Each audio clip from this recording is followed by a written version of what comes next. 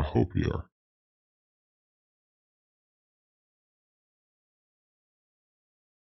Okay.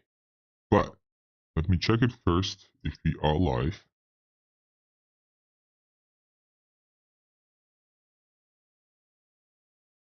Mm-hmm.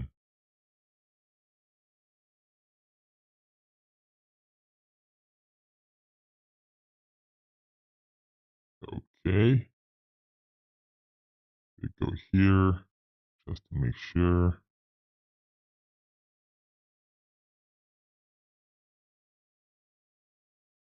Mm-hmm. Mm-hmm.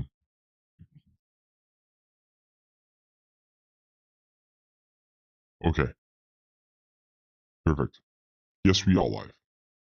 All right. So all eyes today and for this upcoming week are on Ghost DAO. Ghost DAO is the thing.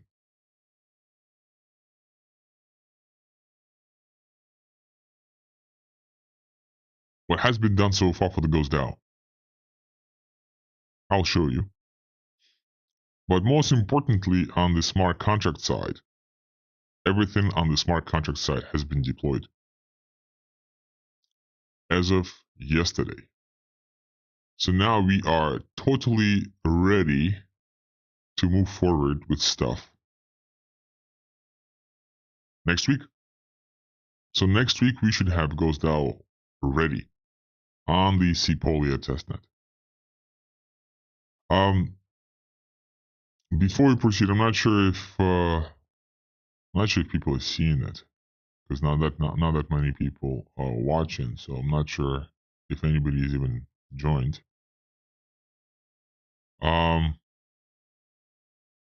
however, so please look at the screen that I'm sharing right now. So thanks to Wales Wednesdays, we had some vivid discussion with certain members of the community, with certain whales.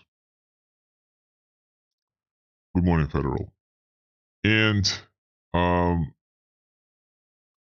this time we spoke about list of mainnets and testnets that we need to deploy the Ghost DAO on. Let me just summarize what's happening here. So in order for us to deploy on a chain, good morning, Mr. IDK, we have to make sure that this specific chain has to have a DEX.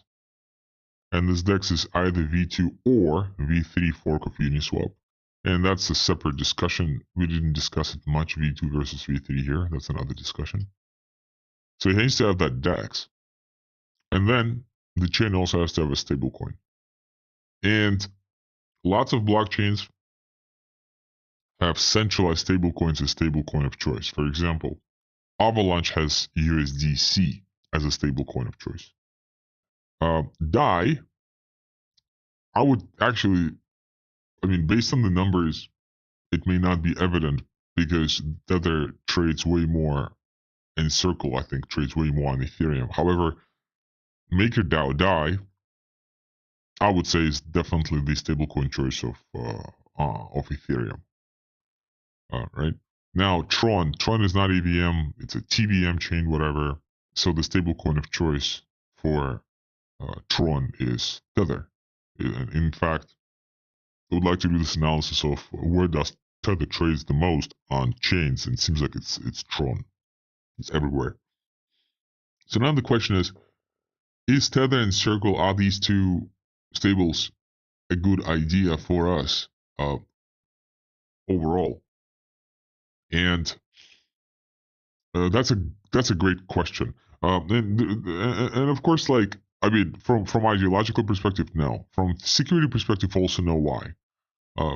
If Tether and Circle are part of the treasury, and then for whatever reason, the foundation of Tether and the management of Circle decide to freeze, uh, large chunks of Tether Circle. Therefore, then the treasury has less of backing, and then the treasury doesn't know exactly what to do. The treasury goes down. Right? and the treasurer goes down, needs to reach out somehow and to Tether somehow to circle, and like it's crazy. Like I'm not even sure how that's like gonna be possible. So therefore, in order to remove those security risks, the idea is to completely um, get rid of the Tether and Circle and just stick to DAI. So therefore, now there are also some other stablecoins. For example, Frax. Frax used to be an interesting one back in the day. It doesn't have such huge volume. However, members of Olympus DAO kind of participated in creating Frax as another stablecoin of choice. They had Frax and DAI as two stablecoins. We checked out this other one. Most of you remember. Well, let's put it differently. Some of you guys remember. Those who in the space for a long time remember, and those who not, like you haven't never heard about that one. Ampliforth, AMPL. Checked it out yesterday. So it's not pegged to dollar. It's pegged to dollar plus the CPI. So maybe that's a stable coin of choice. Like it's not like a traditional stable coin, right? But it kind of grows with inflation, supposedly. So therefore, like for these chains, we need to have a DEX, we need to have a stable coin, and that's where essentially the requirements end.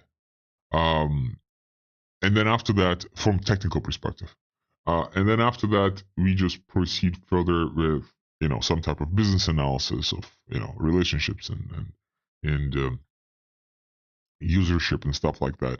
And that's like a very very very subjective kind of thing. And now, shall we, like, if it's possible to launch on 40 chains, should we be on 40 chains?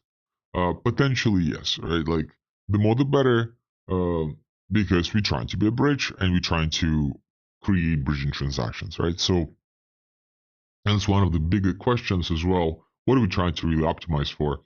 Like the team is pretty inactive in the chat lately, as we're working tirelessly on launching Goes Down stuff, which we did as far as smart contracts yesterday again. So expect Goes Down to be live sometime this upcoming week, and start testing it. So Mr. Ajiki is asking, there has been some past suggestion about Go Stable. Would that be something down the road? Most likely it could be. Most likely it could be. Question is when, but most likely it could be, given that they're just leaving us no choice to I mean, MakerDAO is trying to rebrand it into Sky, trying to add the freeze functions and stuff like that. We just freeze functions on Sky means that like if Sky is actually getting implemented, it means that that's it. Like we don't have any decentralized stablecoins. Maybe Frax, but Frax may not have enough volume and liquidity for other people to adopt it. So we're not doing stuff because we want to do stuff. We're doing stuff because we kind of have to. It does apply to the faucet, like similar idea with the faucet. We do in faucet just to, just because all the other faucets are total crap, right? Like we don't want to do it. Like we have to do it because it's just like what's happening in the space is crazy. Same thing with V2, Dexys V2. So for example, we're big believers in V2 versus V3. I'm also, digging deep into the stats of V2 versus V3. Which one? Lots of developers on the web, right? That V3 is a step back. We agree with that as well. Then based on the volume, we see that V3 is really just monopolized by stablecoins, specifically centralized stablecoins. So it's a stablecoin pair.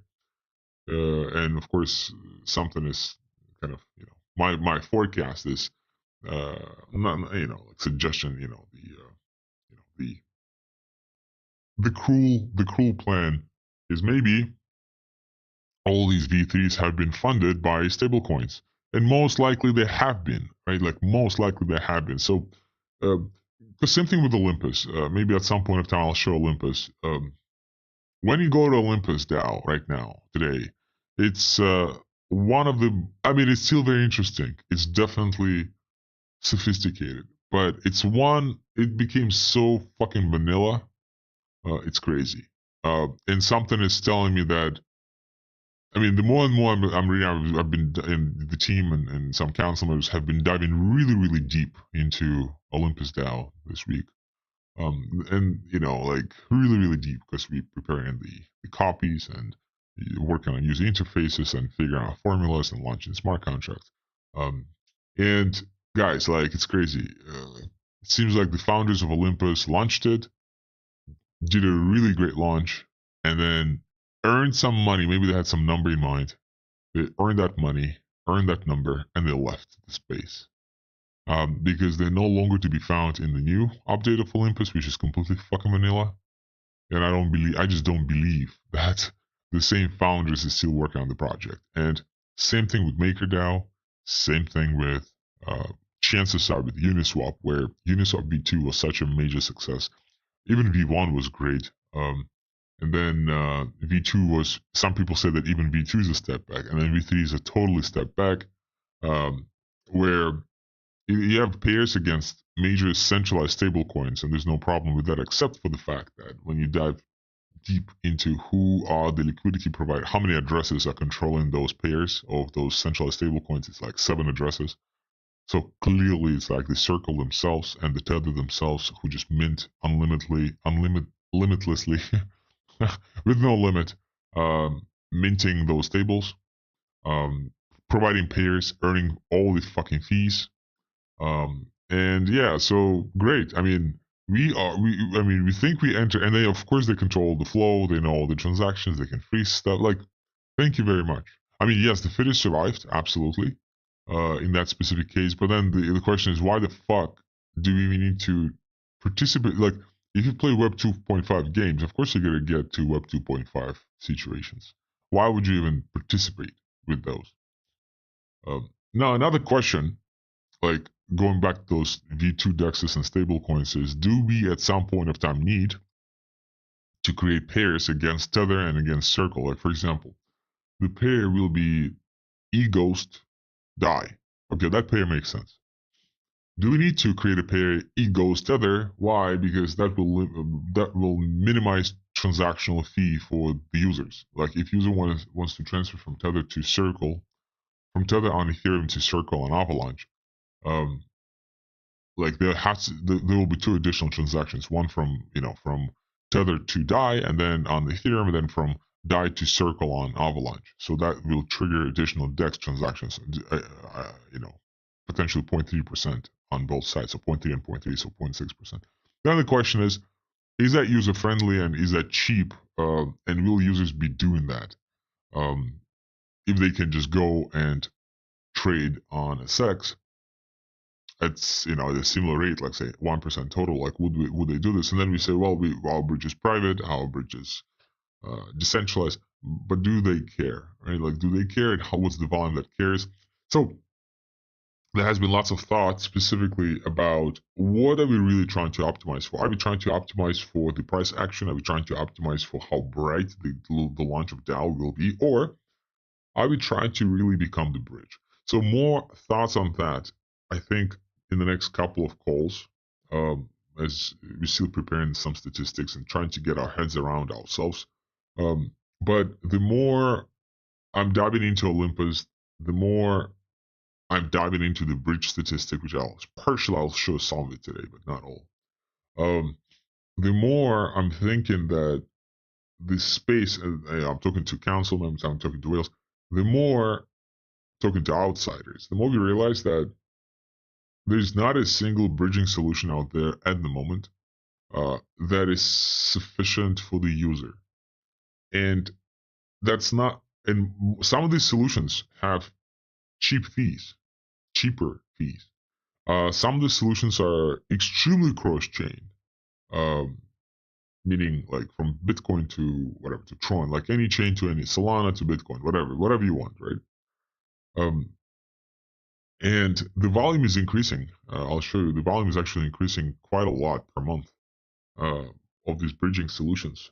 But it seems to me that kind of like the more we read on why people use bridges and um, ask ChatGPT, Grok, and DeepSeek, and all the other agents, AI agents, about like why we need the bridge, why people will need the bridge.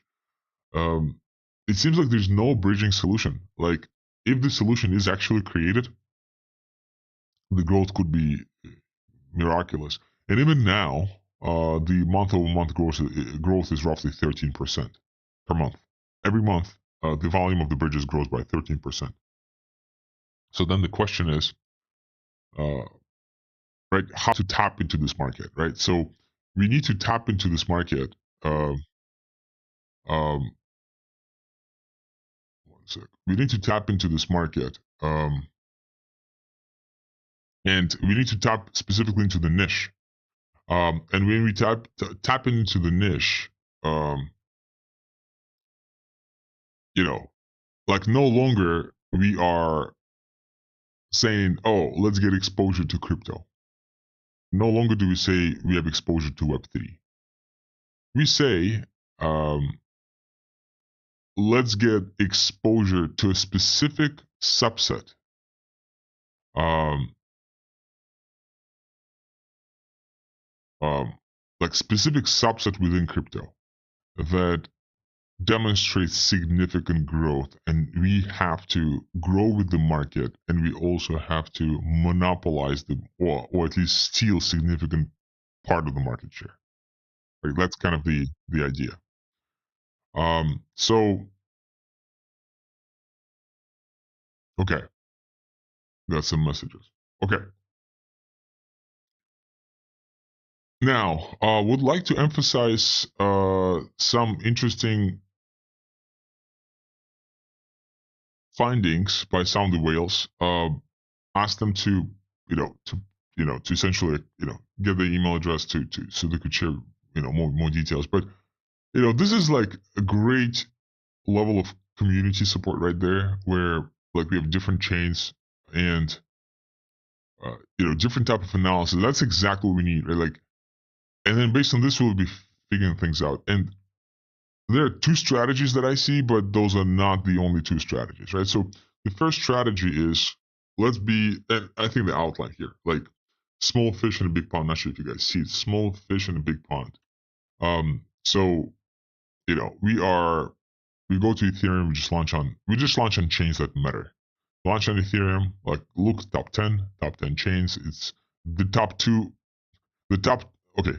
From the top 10 chains, the two EVM chains are Ethereum and BNB. Okay. So we launch on Ethereum, we launch on BNB, do that bridge, call the day with EVMs, and then try to connect to Bitcoin, try to connect maybe to Solana, try to connect maybe to XRP, Dogecoin, that's another one. So essentially, we just say, hey, listen, like all the other EVMs will fucking die because they offer nothing. I have an interesting case with EVMOS.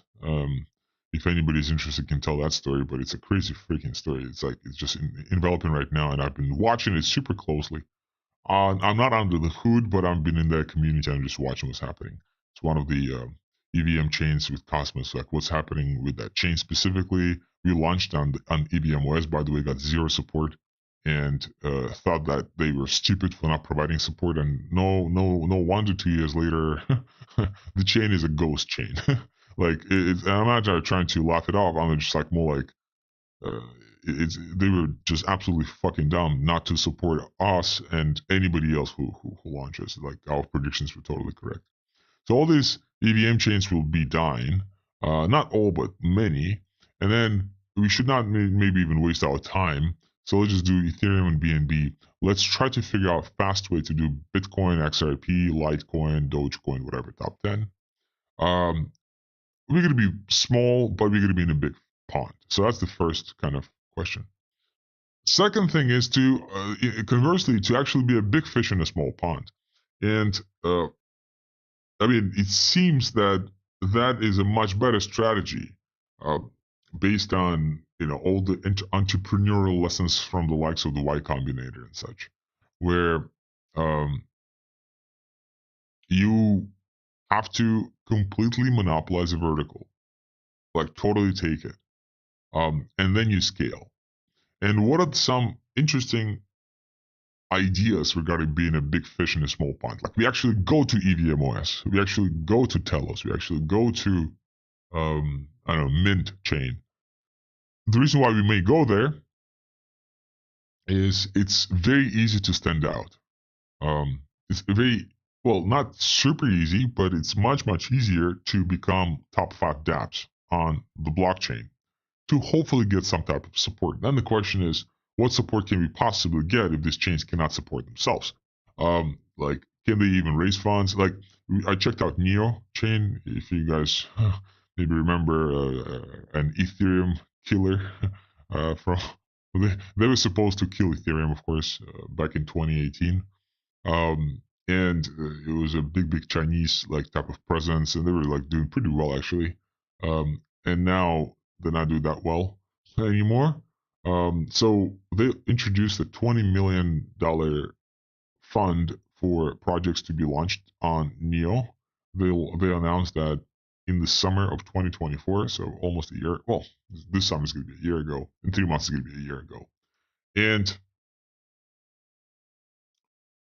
I looked at who launched on Neo like 2 days ago. I checked it out. So I thought it would be like Dex. I was like searching for Dexes. I was searching for stable. I was searching for anything which is more or less Web3. You would not believe that it was more like it was not even Web 2.5. It was like Web 2. Like Web 2.5, like Tether. Right? Like we are interacting with the Web 3 ecosystem. Our background, our infrastructure is like totally Web 2, but we at least like pretending to be Web 3. These other projects that Neo has is like data collection of Web3 stuff. Like um, Ember or whatever. Like some totally weird Web2 plays, like completely on the infrastructure. Like there's NFT, like one NFT project that is not even like not a collection, not a marketplace. Like some on the DEX, like there's this project that like it's a DEX, but when you go online, it's not a DEX, it's something else, but it's listed as DEX. It's so bizarre. They did have $20 million for developers to deploy, and apparently, I mean, I'm not sure what happened specifically. I mean, we probably need to launch. And I was testing out if you could launch with Ghost NFT or anything, but they have nothing that we could launch. Like they have no DEXs, they don't have a stablecoin. How can we even deploy? Even if you want to, how can we deploy? But for example, Telos in particular, you know, based on some research, it seems like they did, start with zero pre-mine. I think that was an kind of an EOS, if you guys remember EOS chain. So that was Telos is like an EVM, um, EVM hand of or leg of EOS, and maybe kind of ideologically more or less aligned. And seems like somehow whales have pretty good connections with Telos, whatever foundation. And then yeah, like it's pretty easy to become a number one dApp on Telos. Question is, will any of us move liquidity to Telos for the Ghost DAO?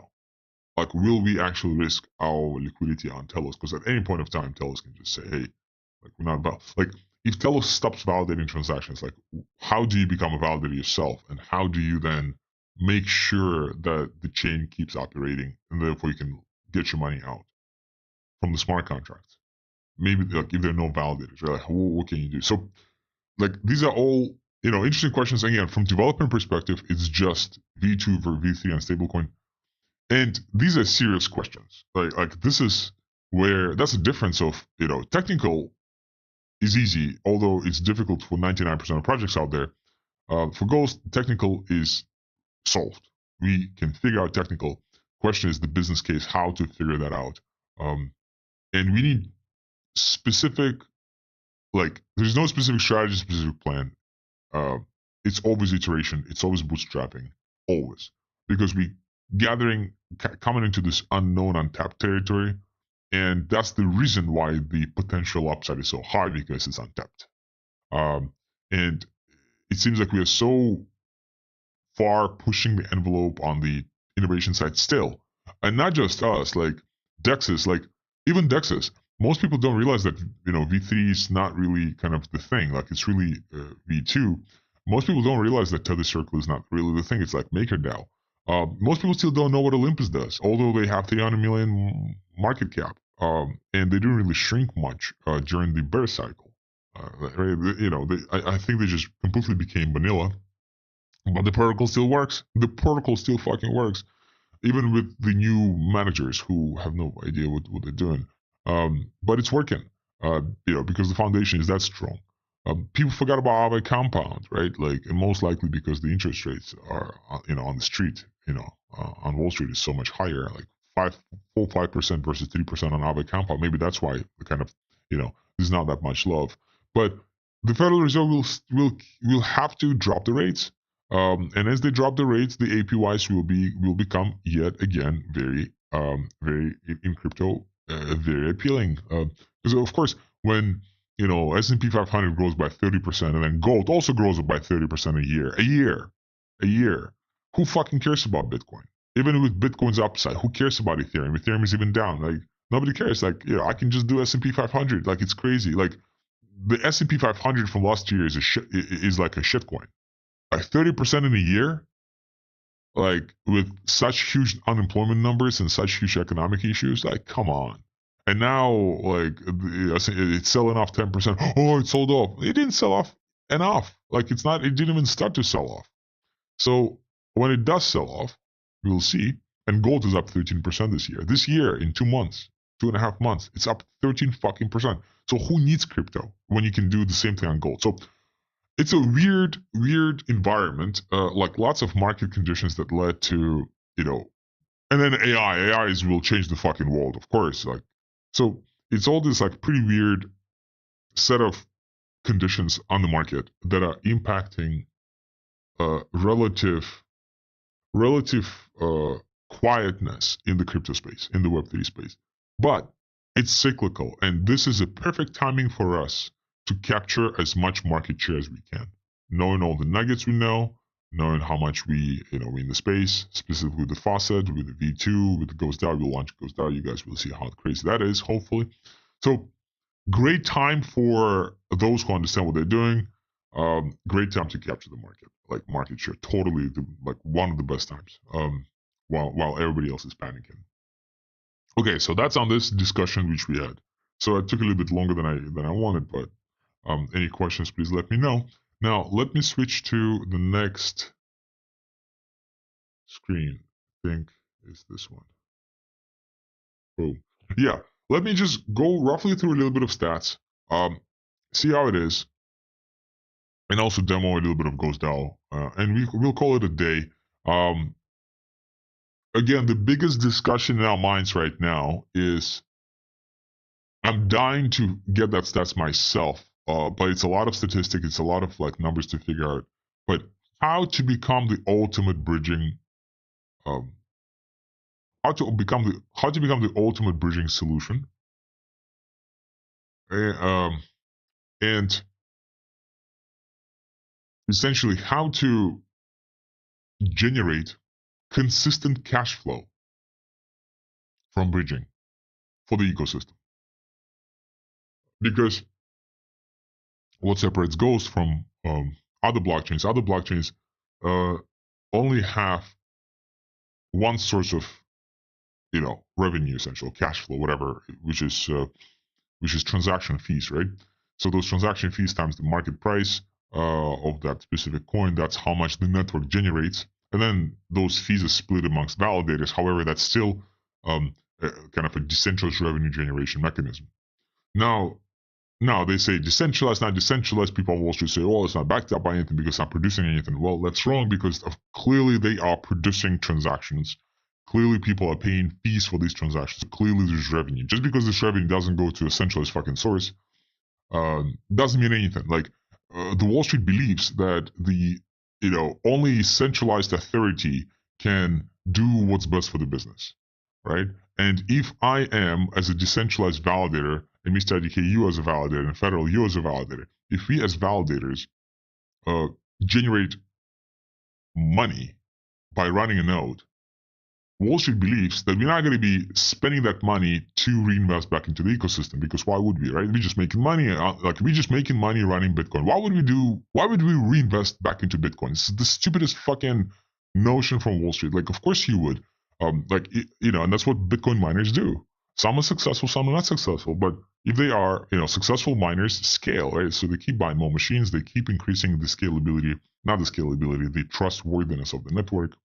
By increasing the hash rate, so people trust Bitcoin more, so the price keeps increasing, and therefore, as price keeps increasing, the miners keep making more money. So just because I'm earning money in a decentralized way does not prevent me from reinvesting back into the ecosystem, right? So it's just like earnings per share, those traditional metrics on Wall Street, they're not stored in one centralized treasury that can be completely fucking corrupt, but they're stored back into the users, right? Back into those who maintain the network. And those people, those maintainers independently decide to either reinvest or not. And it's their decision.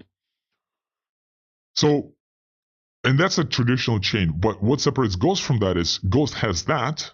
And you, as validators, you see, you're earning some fees, right? But it also has the bridging fees, right? Which is on top of the transactional fees. And those bridging fees, those are essentially like a business model, like an actual business model. And since those bridging fees are also somewhat tied to the Ghost DAO protocol itself, they're also helping out Ghost DAO. That creates like a super closed system. And I have so many questions, and the team, we ourselves have so many questions, and again, we'll present more data on this, more findings on this in the next couple of weeks, probably the next month. But the question is how to become the ultimate bridging solution. So how to generate consistent cash flow, increasingly, like month over month, back. Of course, that will be all paid back to the community and the council members. So back to the validators and back to the council. So how does it work? And how to ensure that we are the number one bridge. So the stats from DeFi Llama right there, they have the stats from October 2022 to January 2025. March 2025, obviously, but March is not included. Only February is included. So as you can see, judging from 600 million of the trading volume or bridging volume, 3 years ago, and today we are looking at 19 billion. That's a pretty crazy freaking growth. That's again roughly 13% per month. And that's not counting on those other volumes, as I mentioned multiple times already, where you exchange from one stablecoin to another stablecoin. So for example, why would you go to, Binance to change from Tether to Circle? Well, chances are you have Circle on Ethereum and you would like to switch to Tether on Tron. And since there's not a good bridge that is sufficient to your specific needs, you go to Binance and you do that over Binance. But that volume of stable to stable can be easily migrated to the bridge whenever the bridge is ready that people like to use. So the 13% is just the factual growth of the bridging fees. But something is telling me this volume is much, much, much bigger. And then we need to estimate how much it is, right? Can this growth continue? And most importantly, how can we become one of these top providers of the bridge? So far, again, based on the DeFi Llama, and they're pretty good at tracking data. So we trust them, but so cumulative bridge volume cumulatively as well from October 2022 to March. So as you can see, Stargate is number one, 36 billion. Then we have Circle, CCTP, who obviously transferring Circle. Arbitrum bridge, that's between Ethereum and Arbitrum, which is a centralized bridge completely. So is Circle, so is Stargate. Across, that's a novel thing, to check. Polygon POS, that's between Ethereum and Polygon. Hyperliquid has been, quite in the news. IBC, that's by Cosmos. Wormhole, that one has been hacked. So interesting names, right? And the more stats we dive, the better. Specifically looking into what is the average transaction, and the average transaction on Circle, for example, is $15,000. per transaction. Then the question is, who does have $15,000 average per transaction? So, you know, you can't say you know who is transacting with Circle. It's enterprises, right? Like, you think, oh, 15,000 is not much. Yeah, federal is 15,000, dollars a lot of money. Probably is, right? Like, in many geographies, it is. In most geographies, it is. So when we say 15,000, it means that for every, 100, I don't know, 100 potential, retail users, we have like a lot of enterprise users who drive the stats. But there are some bridges that actually are, pretty retail oriented. The average transaction is quite little. And due to this quite little transaction, then the question is, how do these bridges actually trade? Because there's also a huge, theory that lots of these are fake transactions, just like it is with sexes. It's slightly more difficult to make these fake transactions. The reason being is transactional fees. But Ethereum became so fucking cheap lately, it's crazy. The gas fee is so little, it's crazy. So what typically cost like, I don't know, $1,000, $2,000 to deploy, now it costs $50 to deploy. And if I want to inflate my numbers, let's assume I'm one of these top 10, bridging protocols. All I can do, I can push one big transaction every day, or I can push 10 big transactions every day. Those transactions will probably cost me myself for the fees on Ethereum. Bridging fees, since I'm the bridge myself, I'm not going to charge anything. But on Ethereum, for example, like on all the other EVMs, it will probably cost me, I don't know, $5 for all of these transactions every day. So $5 times 365 days, that's like $2,000 budget. And I'm just inflating my statistic. So, which will impact the number of 13% per month, right? Like if they do inflate the stats, then the number is lower, which is even better. Why? Because the need is clearly there, right? Like people, like, you would be surprised how many bridging solutions are out there. I was surprised myself. It's crazy. And that led me to thinking like how to become the ultimate bridging solution. So, okay. So that's that. More stats will follow soon. And now on to the fun stuff, and we'll wrap up after this. Again, we've been pretty inactive like last month in the chat in Wales because our hands are very, very, very tight with DAO, with Ghost DAO, developments of Ghost Chain. We had some proposals, some aggressive deadlines on these proposals. So, this one, for example, this one is going to come up. So, the minimum, median, and maximum volume distribution by a bridge provider and layer 0 is right there with 4.7 billion as of February 2025. And then these two bridges have zero volume, and then the median bridge volume is Xsync and Avalanche at roughly 19 mil. Avalanche is known, fine, but when you look at it into Xsync website is not even working. You can't launch a dApp, nothing. So a huge question on how, like a massive question of how they're even providing this volume, and chances are this volume is not real. But it exists. DeFi Llama says it exists. So the question is, how, can we get that? But I mean, I can't even I don't even know, there's nothing. Like you go to the website, and the website, we couldn't even get the logo of Xsync. It was very difficult to get the logo of Xsync. So that's that. All right, on to the fun stuff. So that's what you guys will be expecting. Hopefully this week.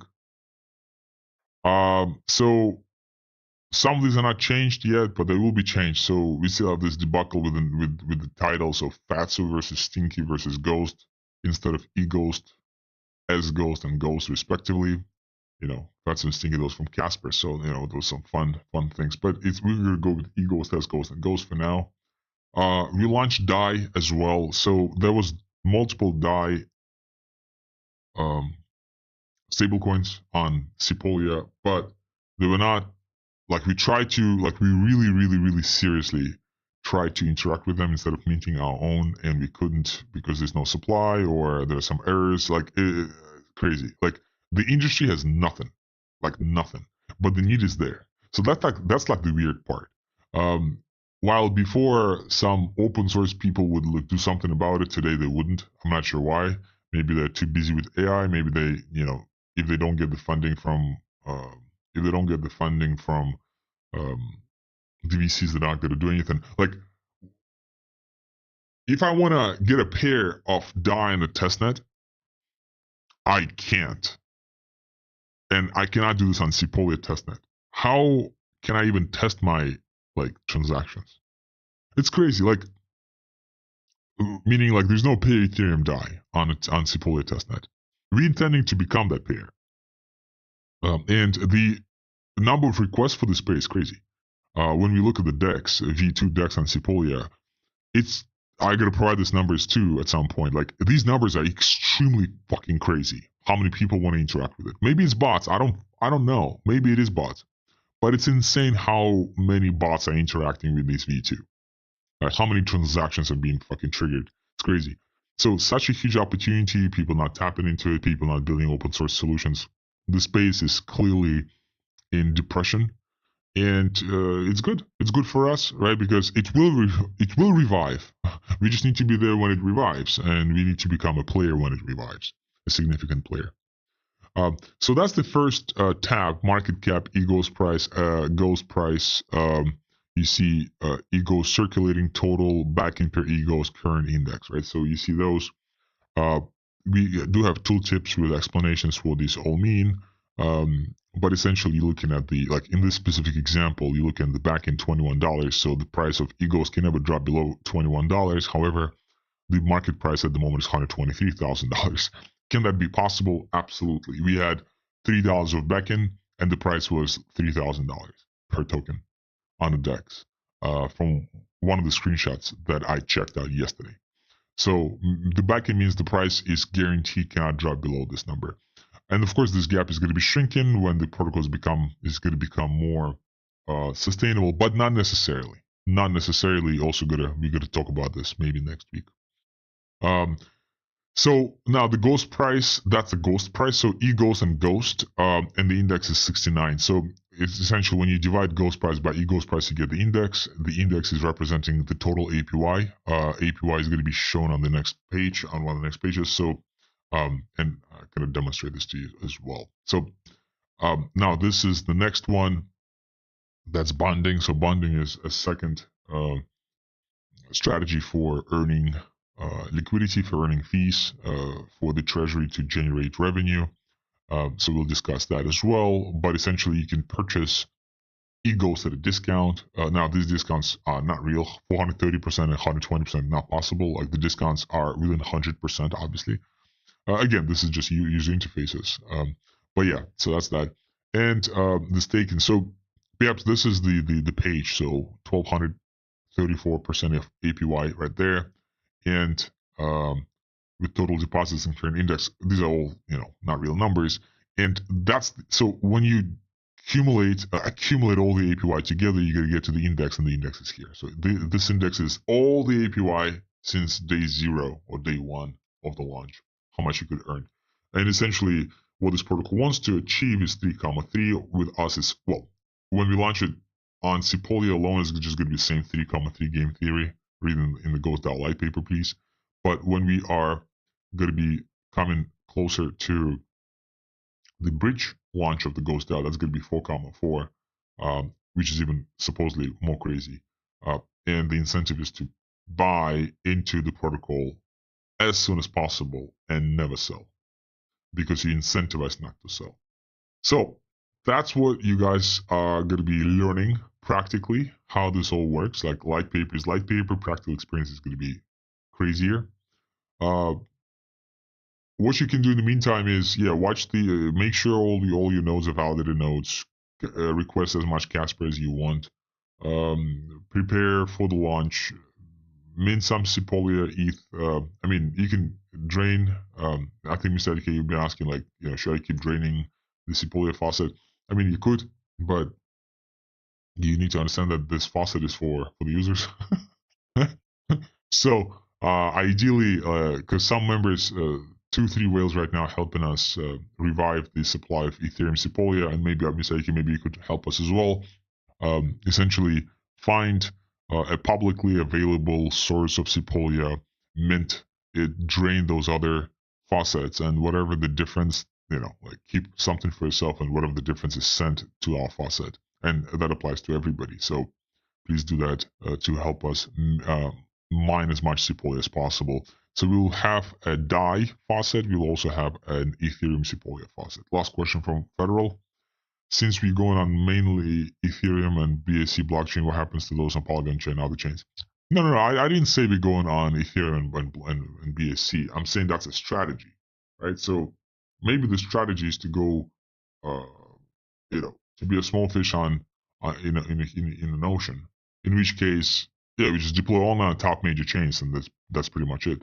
But that's one strategy. The other strategy is no. Let's go and actually deploy on, become a big fish in small ocean. Go Polygon.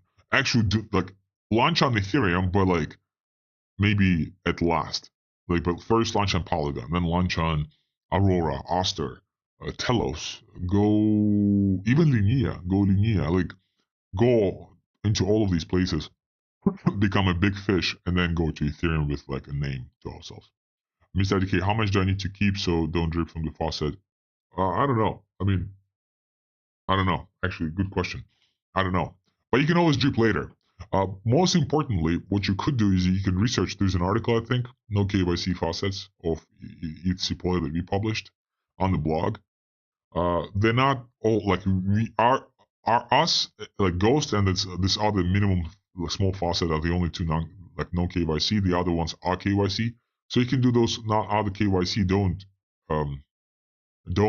dox yourself much. So you could figure it out and just drain from the others.